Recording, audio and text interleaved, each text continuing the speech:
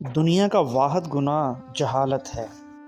السلام علیکم ناظرین، ایک چھوٹا لڑکا بھاگتا ہوا شیوانا، جو کہ اسلام سے قبل ایران کا ایک مفکر تھا، اس کے پاس آیا اور کہنے لگا، میری ماں نے فیصلہ کیا ہے کہ معبد کے کاہن کے کہنے پر عظیم بت کے قدموں میں میری چھوٹی بہن کو قربان کر دیں گے۔ آپ مہربانی کر کے اس کی جان بچا دیں۔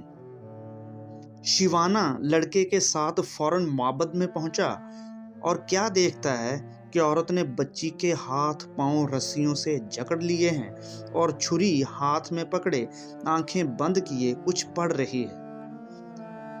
بہت سے لوگ اس عورت کے گرد جمع تھے اور بت خانے کا کاہن بڑے فخر سے بت کے قریب ایک بڑے پتھر پر بیٹھا یہ سب دیکھ رہا تھا۔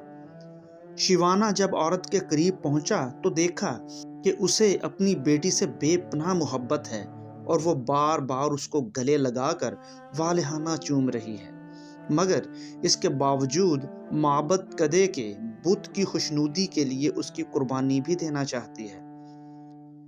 ناظرین، شیوانا نے اس سے پوچھا کہ وہ کیوں اپنی بیٹی کو قربان کرنا چاہ رہی ہے۔ عورت نے جواب دیا کہ کاہن نے مجھے ہدایت کی ہے کہ میں معبد کے بت کی خوشنودی کے لیے اپنی عزیز ترین ہستی کو قربان کر دوں تاکہ میری زندگی کی مشکلات ہمیشہ کے لیے ختم ہو جائیں۔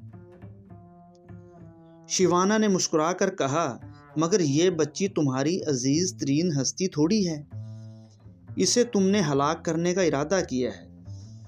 تمہاری جو ہستی سب سے عزیز ترین ہے وہ تو پتھر پر بیٹھا یہ کاہن ہے کہ جس کے کہنے پر تم ایک پھول سی معصوم بچی کی جان لینے پر تل گئی ہو۔ یہ بت احمق نہیں ہے، وہ تمہاری عزیز ترین ہستی کی قربانی چاہتا ہے۔